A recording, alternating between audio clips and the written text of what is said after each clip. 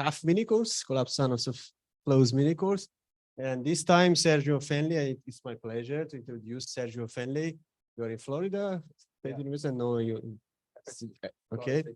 Thank you very much for accepting. So please. All right. So I'm gonna take over from Thomas for a couple of days, but he'll be back to clean up with the messes that I do. So, first of all, thank you, organizers, for introducing us to this. But where is the mic? Oh, mic. No mic. No micro. Okay. Okay. Keep shouting on that. Okay. I'll try to. So, and it's my first time here Beyond Conference, and I'm very happy to be here. And thank Lee. So you already introduced. So the one thing here, we are going to use a lot of acronyms, CAF, FGF, and so on. Hopefully, you'll get to learn some of these before the end of the course. And before I start, let me do a shout out to the Brazilian delegate from Brazil.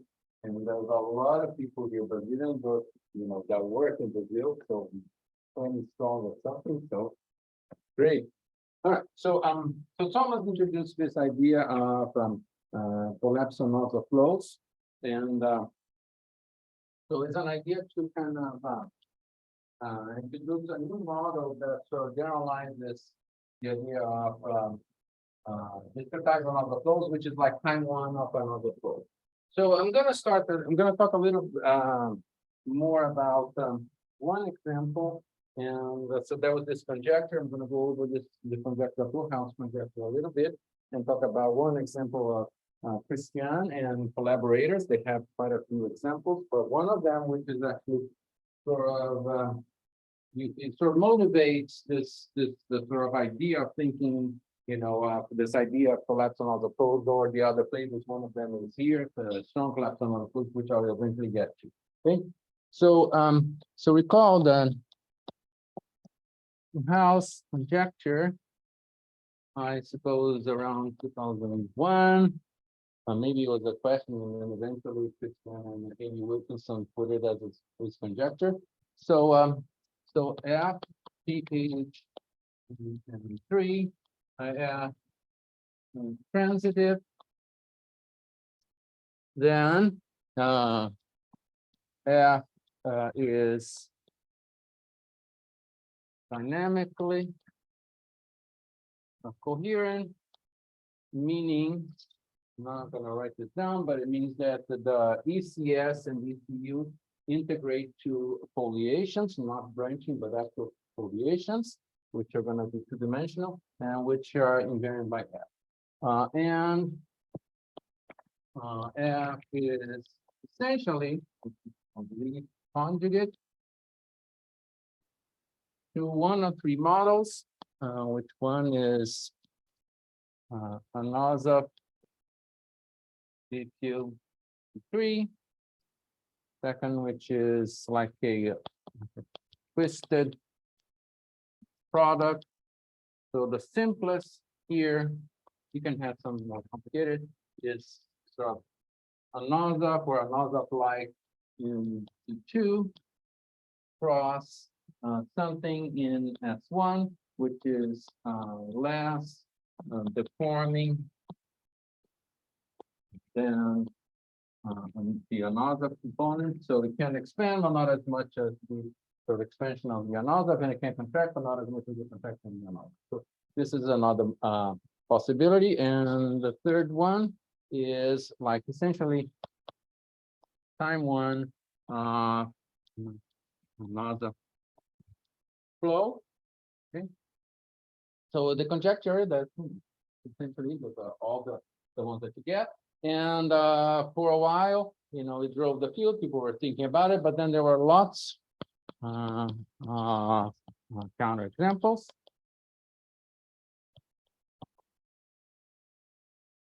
So a series of papers. I'm gonna. There are some of them which were not really transitive, but here the B is for Christian. G is for total F. P is for F for 3. And the age, the BGP is the same, but the age is for Hamilton. Okay. So I'm going to talk a little bit about one type of example, which is in T1S.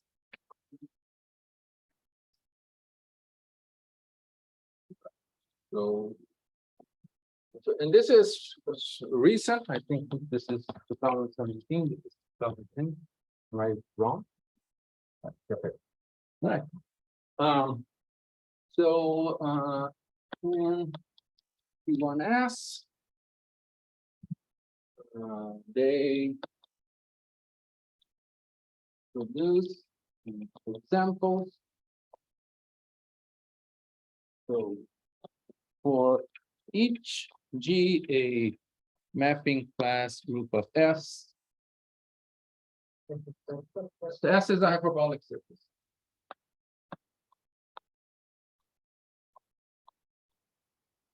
So for each mapping class group here, there is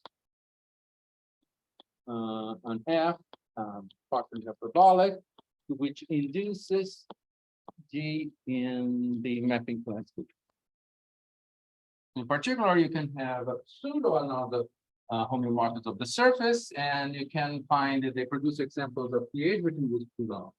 So very, very different from 3. And I mean, the first two cases here are kind of toroidal, and in particular, is not T1S. It's very different, and it cannot be hyperbolic manifolds. So it meaning in T1S, the projector would only be this, like essentially kind of one of another map, which is homotopic to the identity, which is not this case here because no power is no power is homotopic to the identity. I'm going to talk a little bit about this because there's some properties that they proved, I think, in the BGH paper, which kind of led us to think, okay, maybe we can get a model here. So I'm going to do case of that G is a band twist and sort so very roughly one idea that they had is like they do a change in topology, which is big, and then twist, but in geometry, which is very small. So they're going to get, say, a surface which has a very short geodesic.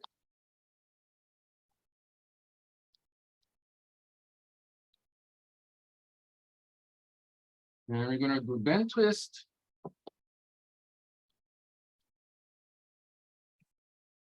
Then twist this curve here. Alpha, I'm going to make it bigger so we can see. So the image, a path that those arcs go straight through is going to go once around and exit on the other side. So this map, then you're going to induce sort of the derivative of this in T1S. And this map is not homotopic. Right. So hyperbolic surface and geodesic flow is Anosov. Okay. So this is changes topology a lot, but if you're careful when the opposite is very short, but very little change in geometry. Okay. So what they did is they considered that to be geodesic flow. Let's call phi of t. So I'm going to do geodesic flow for some time. Then I'm going to do the bend twist. Then I'm going to do geodesic flow for another time.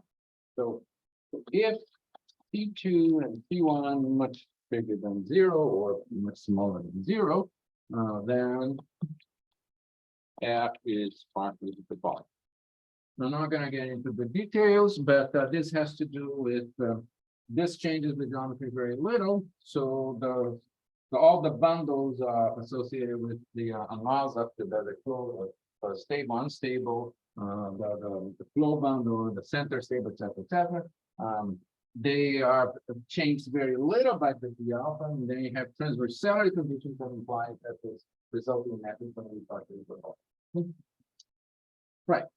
So now what I want to get from here is a particular property that they prove. So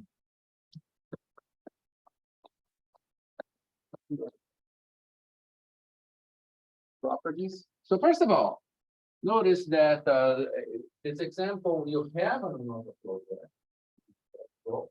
And you have a partially hyperbolic, which is, well, we associate with another because you're using another flow to get it, but it's not the time on method, not any time method, it's not on the top of the so it's not directly associated with another flow. However, it is sort of associated geometrically in some sense. So the bundles, so I guess for T1, T2 much bigger than 0, and for given 0. First of all, right. So the epsilon we'll use later, but if you want to go, we'll use it. So the bundles in C, S, DU of F, they are very close to the bundles the flow. Okay, so this is one property. Okay, plus this happening with these, so they're careful. Can do that. Any flow line P is epsilon correct by a unique curve tangent to the C, the center bundle, which I will call a center curve, and vice versa.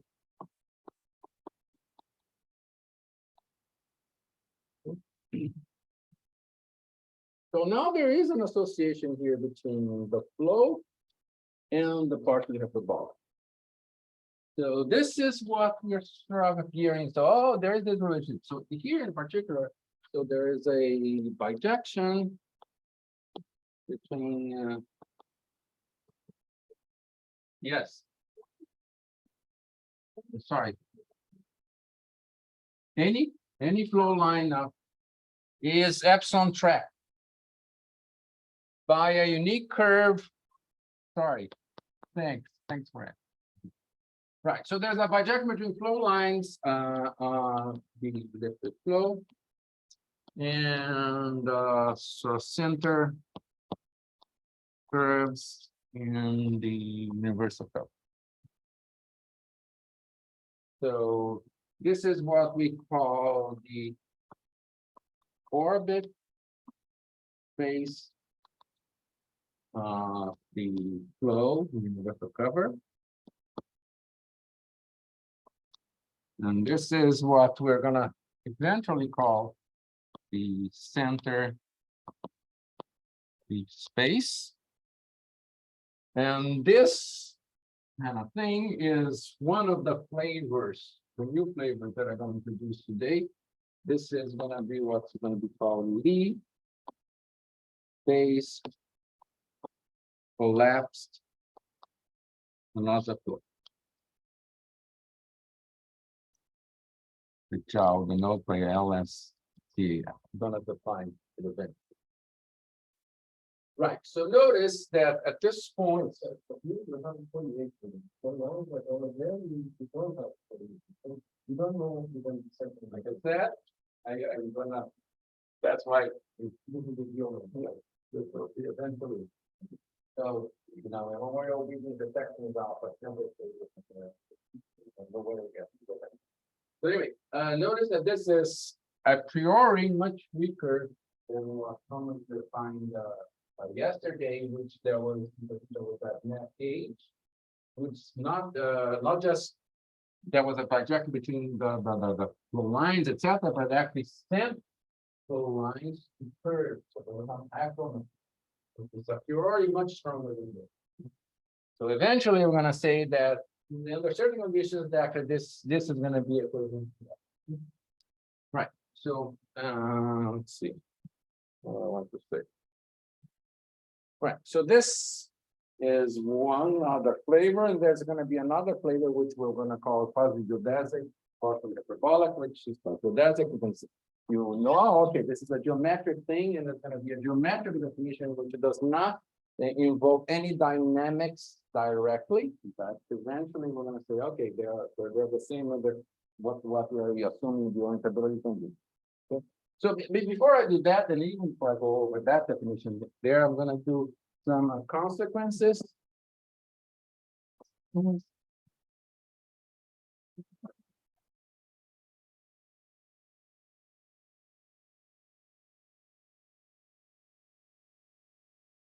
Some of these consequences hopefully we'll get to in this course.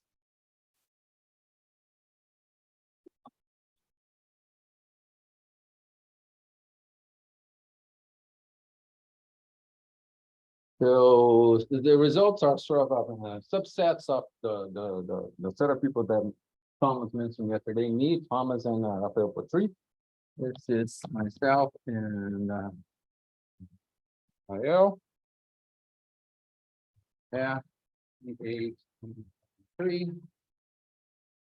If F is CHF, and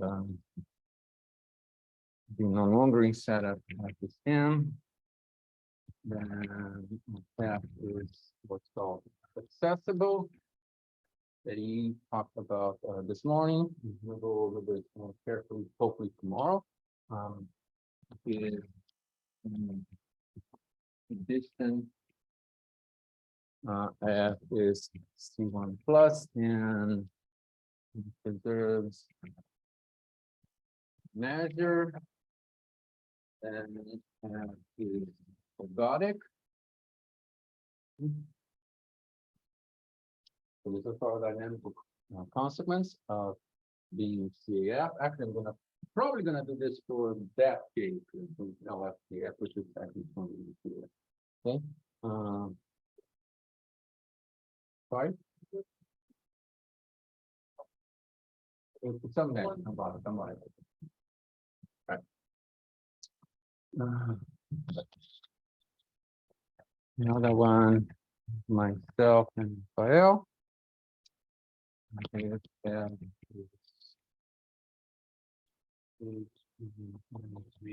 no, suppose that the manifold is hyperbolic. Then F is actually a stronger form, sort of eventually defined. Well, actually, we propose with that. So, in particular, N has another flow.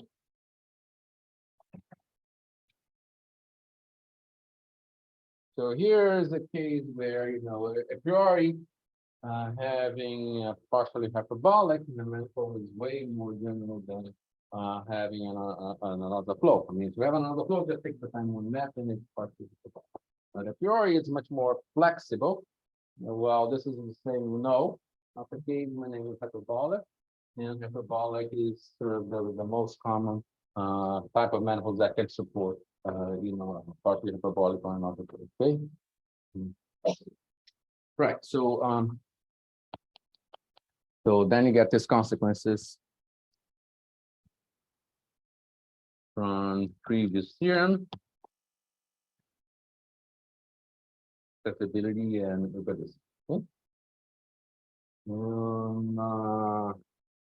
Right. So the last theorem that Thomas alluded to. Right. So this is Thomas. So the set of EAF is open and closed. And then the set are all open and closed products. All right. Any questions?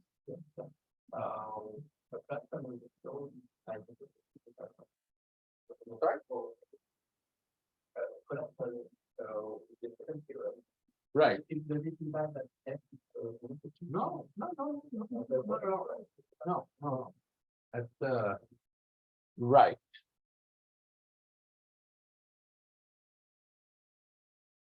Right. So collapse on the flow is the definition that's there without two. So it does not say anything and being homotopy together. I'm gonna go over the definition here, but no. For example, right there. Yeah. Yeah, that example turns out even more stronger.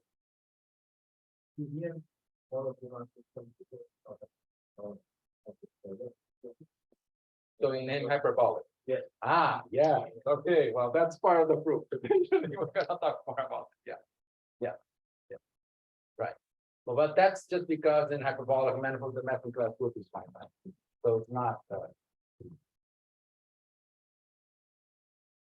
All right. Any other questions? All right, so next thing I'm going to do, I'm going to introduce the three definitions, the three additional definitions. We have one which was sort of the most natural in some sense, because just using the flow line and the center bundle. But it turns out that in practice, the things that we can prove it actually can get stronger forms. One of them is the stronger that I'm going to talk about. Another one is the lead collapse on the flow, which is that.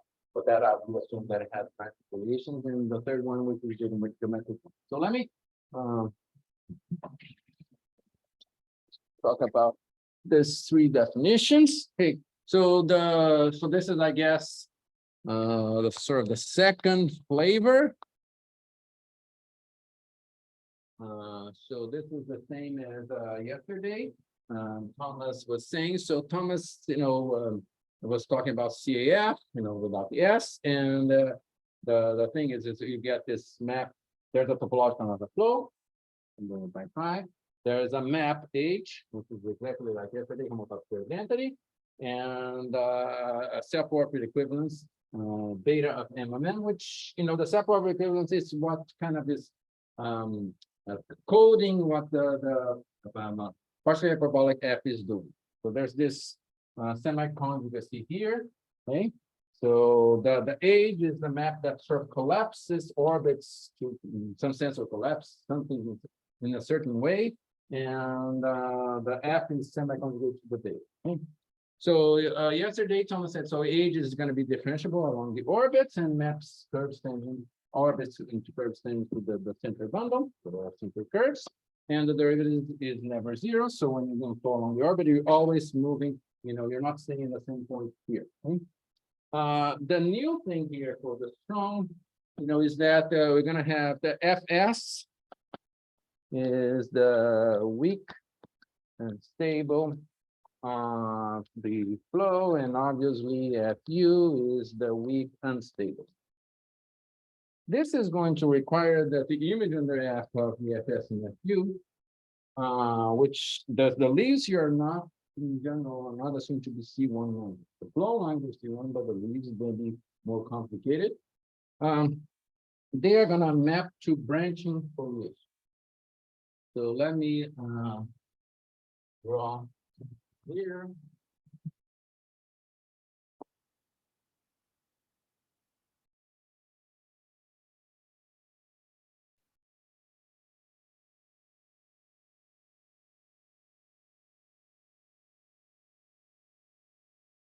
So here are the leaves of these FS, and it's obviously saturated by flow lines. And it's going to map to branching foliation. So maybe we have some collapsing. We're going to have sort of this. So this 1, 2, And maybe this is age L1, age L1, and then here is age L2. So maybe there's some collapsing.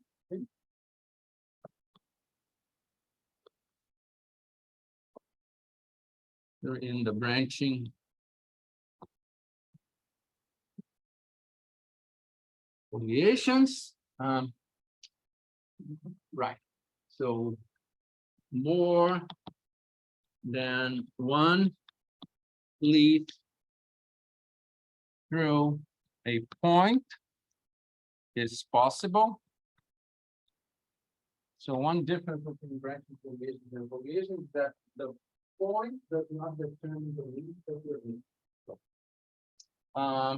But so the main property here that we want is no topological crossing. So we cannot have, and I'm just going to do cross section. So the following thing is not allowed.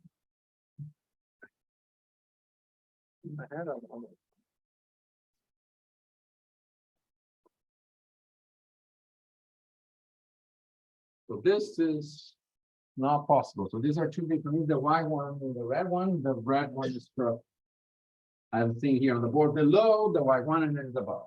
This is not allowed. So you can collapse, but you cannot cross. You can collapse and uncollapse, but staying on the same. So obviously, so the obvious is that SCAF implies CAF. The advantage here is that so under orientability conditions, which the scores to simplify, we're always assuming that we have that, except unless I say otherwise. For the theorem of hyperbolic, for the things that we're going to have to say that we know general, but under orientability conditions that Burago found out,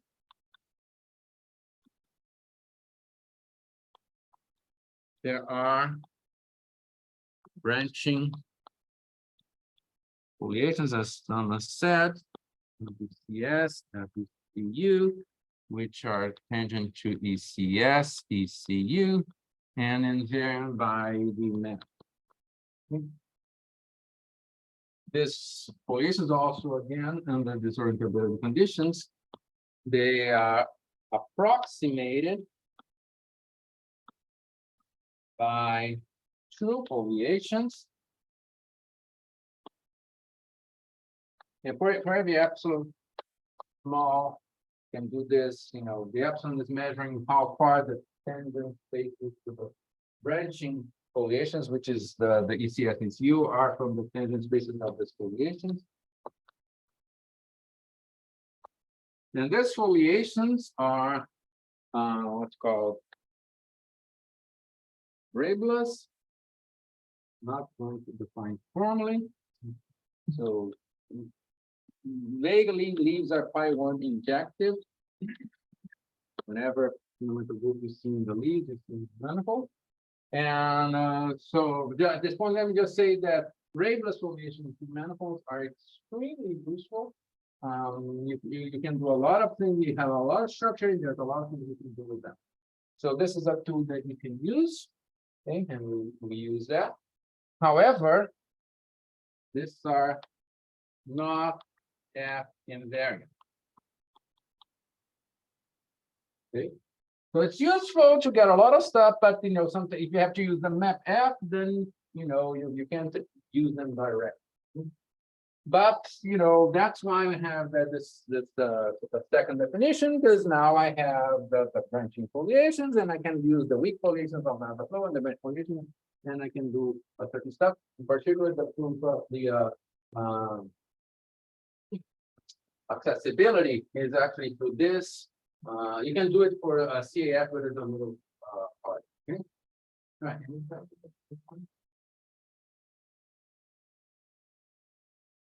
Right, so now we're going to define the leaf space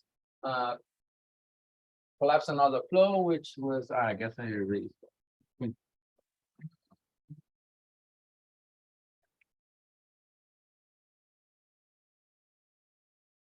Right, so far we've, yes, so I used used the SCF to prove the accessibility.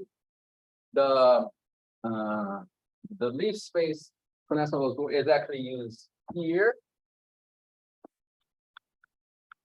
And the last one will be used with this. So it will be useful if these things are related. You know, that's eventually I'm going to state that. But first, I need to define leaf space. Collapse on overflow.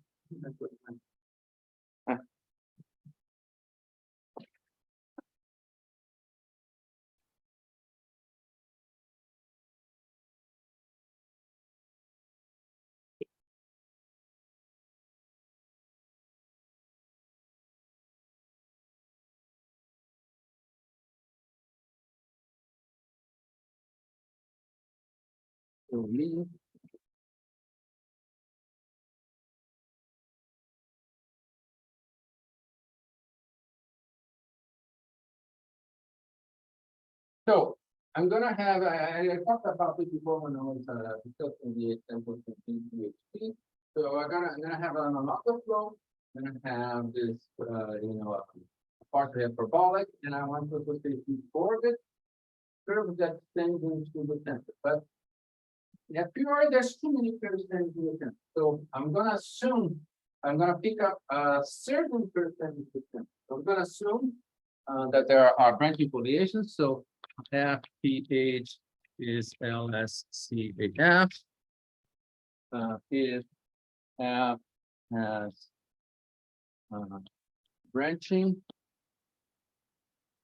foliations, yes, space in the middle of the class of need a space for us or is it space? Leaf space connects also it is so F is going to be a leaf space for the flow here. Now, well, and then you can talk about the class of leaf space. That's that here the class of leaf space. I don't know. All right. All right. So I have yeah. There is the flow. IPM and H on space C.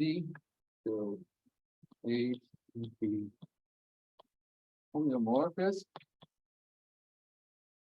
So this is the orbit space of the lifted flow, which is the quotient the universal covered by the flow lines. Okay, and this is the leaf. That's the center leaf space. So the elements are components, intersections of PSE. Okay. L intersected U, where L is in the lift foliation and U is in a unstable. Okay. Right. And H is equivariant. So for any element of the fundamental group, into gamma O is gamma is O, O is for. Okay. So this is a little more than I was talking about in the when I was discussing the template PHP, because I'm assuming that there are this branching foliations. Now we have space. One thing here, so here is a fact, is that the orbit space is always homeomorphic to R2. No matter if it's another flow you get up in FTP, doesn't matter. This is the second flavor. Question.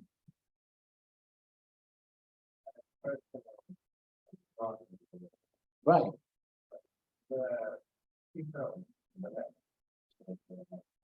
Right.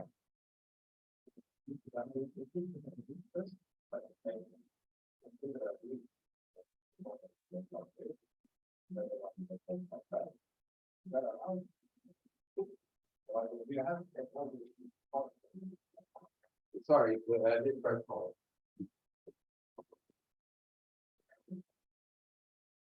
So you want to cut and paste the lead? Yes. So if you take the leaf that goes straight and then goes up, and then you take the leaf that comes from down and then goes straight, I mean, you have the same figure, but no crossing. So if you had,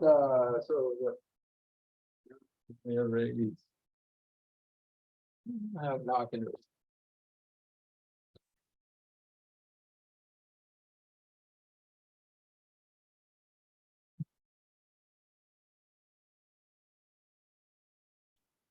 So you had this, and I guess you had this.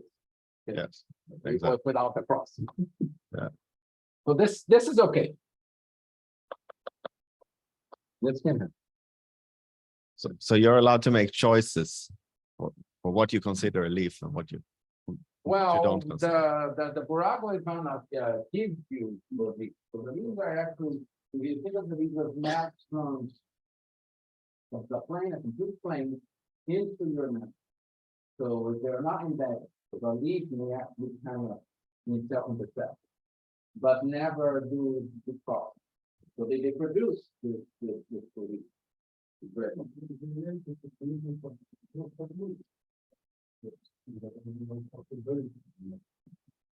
Well, it doesn't work that way because, first you construct the foliation. Yes, yeah. First they construct the vertical foliation, then they show that you can pull them apart. No, not the other way around, because they have to have things which are tangent to the CS, let me see that, they have to have things which are tangent to the CS, and that's how they construct it. The nearby foliations don't have nothing, but yeah, there's no way to get them direct. There's no way you first have to get the foliation. So it's a collection of immersions, Right. and they're not allowed to self cross. Right, Okay. so maybe it's easier to see this in the universal cover. So when you look in the universal cover, they are gonna be properly embedded in. That's, that's a problem that you have, and it sort of follows from the radius, because, the approximate one is and they're probably embedded, and then there, you can see, okay, now here is R2, and they have this problem that I think you cannot cross the polarizer. It's kind of harder to define in the map for the look at the component.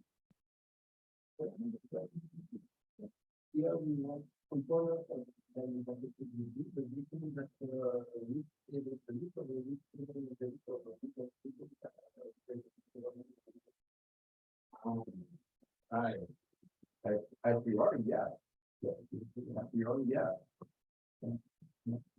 Yeah. But turns out that not. Actually, the probably will happen in general for the application. So PAF actually simplifies. Right, one question.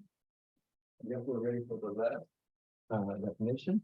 All right, so last definition. Okay.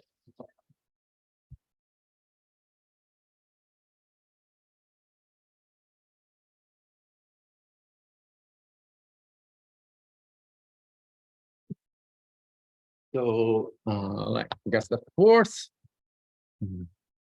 flavor. So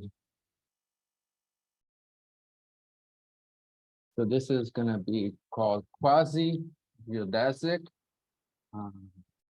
partially hyperbolic diffeomorphism.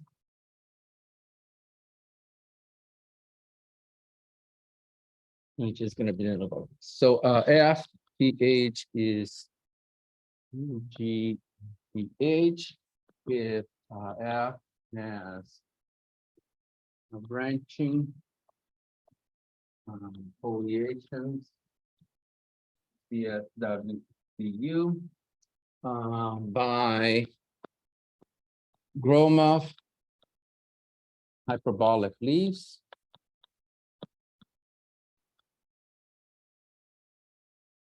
So I'm not going to define that.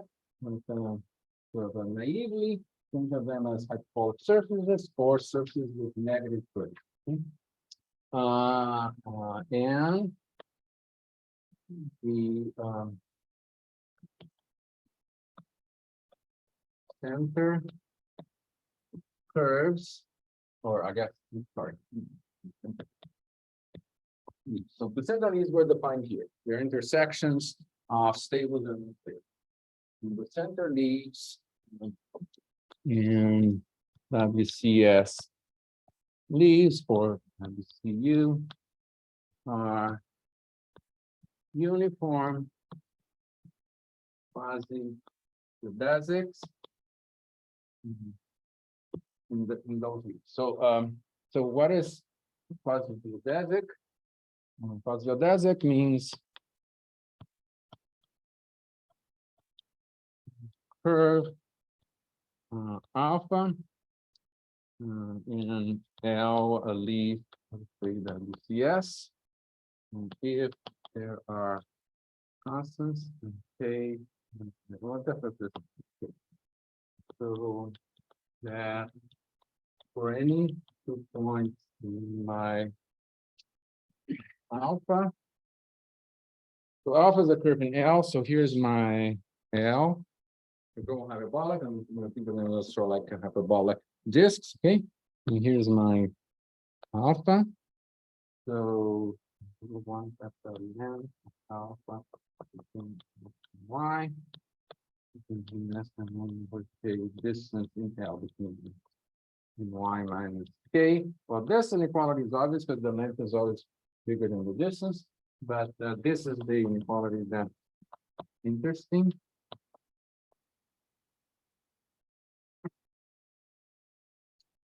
So this is the non-trivial inequality, means uniform repetition in measuring distance. Okay, so here is a sort of a crucial fact or property. So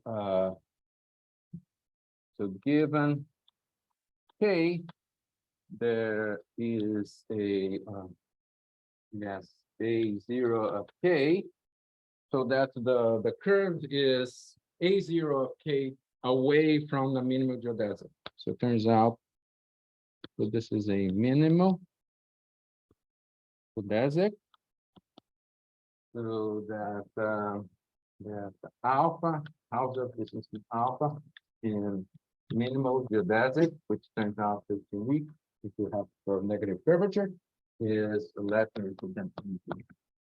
So quasi-geodesics are extremely important in hyperbolic manifolds because one of the properties, reasons is this property, they're bounded distance from zero. So they're almost like geodesic. So right, so this is the geometric definition. So you can put a remaining. I'm sorry. You can put a metric in the manifold so that the leaves are negatively curved. So right. So except for the existence of the branching foliation, there's nothing dynamic to do with me. If you have the branching foliation, you have the simple curves, and this is the metric problem. So there's nothing about the map F. There's nothing about amount of flows or anything. So a priori, these definitions are completely independent. I already said that, right, so the third theorem there is done using LSCAF. The second theorem is done using this. We prove that they are partially hyperbolic. And the first one was using SCAF. Okay? I'm going to say the result is that relation to the print. Yeah.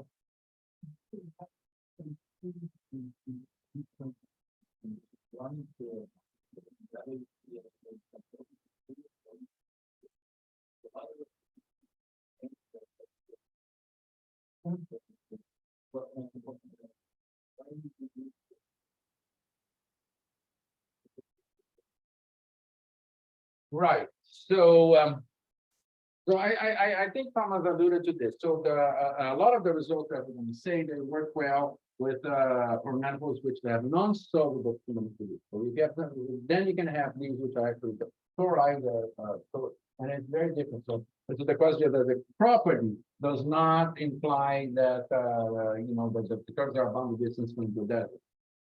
Anyway, so eventually I'm gonna talk a little bit about this. So this turns out that you can, the center curves are actually sort of like flow lines of another flow. And then you use that we are talking about flow hyperbolics because you have this circle and you have a lot of stuff.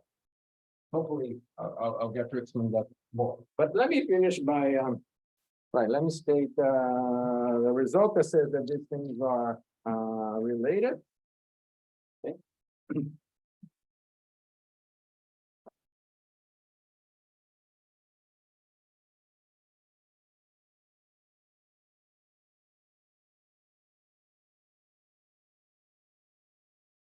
So I'm going to state a result that's a little more general than the hypothesis that we have, you know, the orientability here. As you know, all these things, you don't need orientability to define them. No. So here's a theorem. So first, the one that we're going to talk more. So under the orientability conditions, the three definitions are equivalent.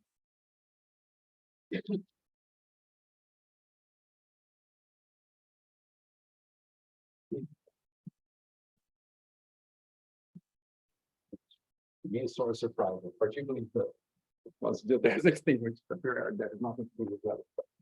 So, but more generally,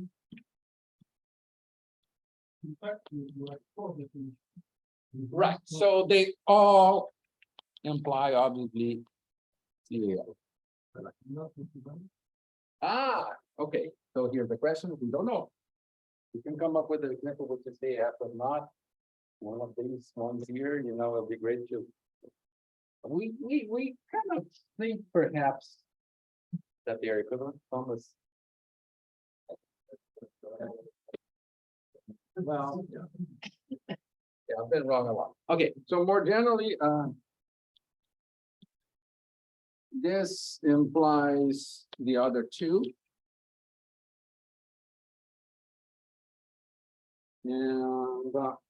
And one, this is transversely orientable, then the leaf space implies the strong version, and if both, then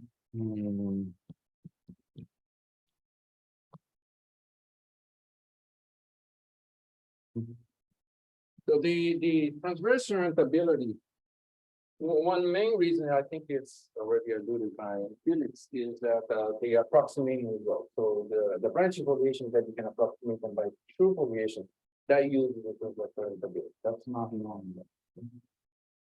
So fine. Yes, and I mean, I could start a proof, but you know, I wouldn't get far today. So tomorrow, yeah.